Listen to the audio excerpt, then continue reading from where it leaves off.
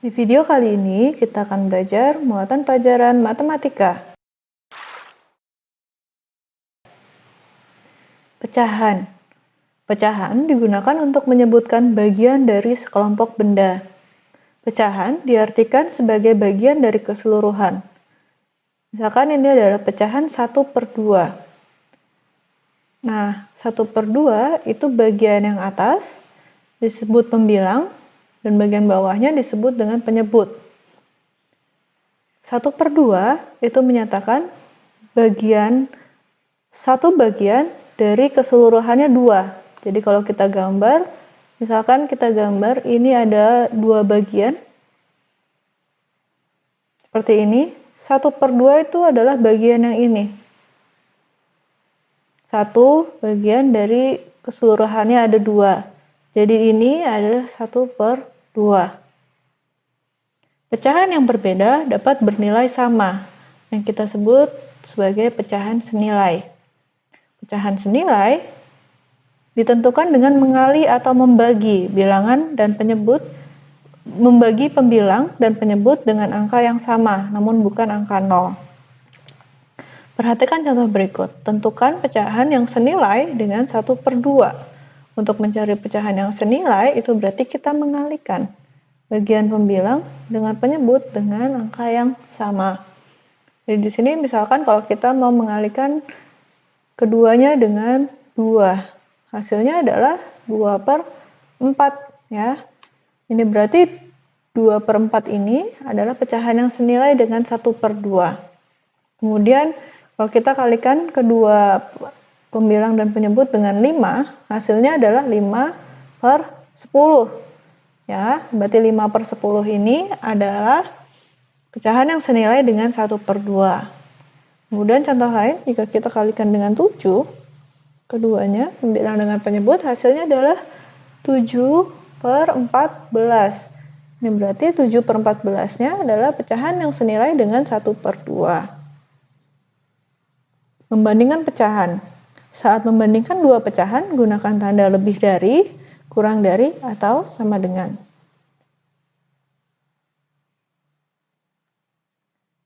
Misalkan kita membandingkan 4/6 dengan 5/6.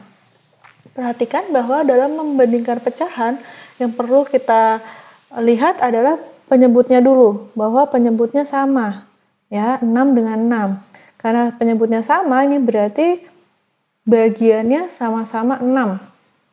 Begitu ya. Jadi kita tinggal membandingkan bagian pembilangnya saja. 4 dengan 5. 4 itu lebih kecil dari 5 bukan?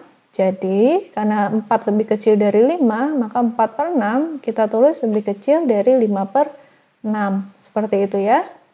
Kemudian contoh lain, 6/15 dengan 4/15. Di sini penyebutnya sama-sama 15. Ya. Karena sudah sama, jadi yang kita lihat hanya pembilangnya saja, 6 dengan 4. 6 itu lebih besar dari 4 ya. Karena 6 lebih besar dari 4, maka pecahan 6/15 ini lebih besar dari 4/15. Gitu ya. Sekarang bagaimana dengan 1/2 dengan 6/12? Di sini penyebutnya berbeda ya. Yang satunya 2, yang satunya adalah 12. Untuk itu kita ubah dulu bagian yang berpenyebut 2 ini menjadi berpenyebut 12. Apakah bisa? Ya, jadi kita cari pecahan yang senilai dari 1/2 itu. Kalau kita kalikan keduanya dengan 6, kita dapat pecahan 6/12. Ini berarti 6/12 senilai dengan 1/2. Nah, di sini kalau kita bandingkan berarti 1/2 dengan 6/12 itu berarti kita membandingkan 6/12 dengan 6/12 juga ya. Itu kan sama ya. Berarti kita tuliskan tanda sama dengan. Ini berarti 1/2 dan 6/12 itu tandanya adalah sama dengan. Mengurutkan pecahan. Mengurutkan pecahan dapat dilakukan setelah membandingkan pecahan dengan cara membandingkan satu persatu dari yang terkecil atau membandingkan satu persatu dari yang terbesar. Jadi misalkan urutkan pecahan berikut. Ada 9/12, 4/12, 2/12, 3/12. Misalkan kita mau mengurutkan dari yang terkecil. Kalau kita urutkan dari yang terkecil, karena penyebutnya sama semua, ya, berarti kita tinggal membandingkan bagian pembilang, ya.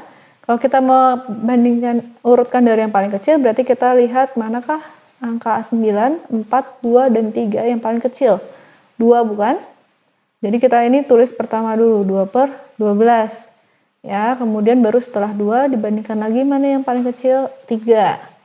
3 per 12, kemudian 4 per 12, baru kemudian 9 per 12. Jadi kalau kita tulis urutan dari yang paling kecil, dari yang terkecil ini adalah 2 per 12, kemudian 3 per 12, kemudian 4 per 12, baru yang terakhir 9 per 12. Jadi mengurutkan pecahan dengan penyebut yang sama. Kalau sama-sama 12, seperti ini contohnya, kita hanya perlu mengurutkan pembilangnya saja. Begitu ya. Ini adalah urutan dari yang paling kecil.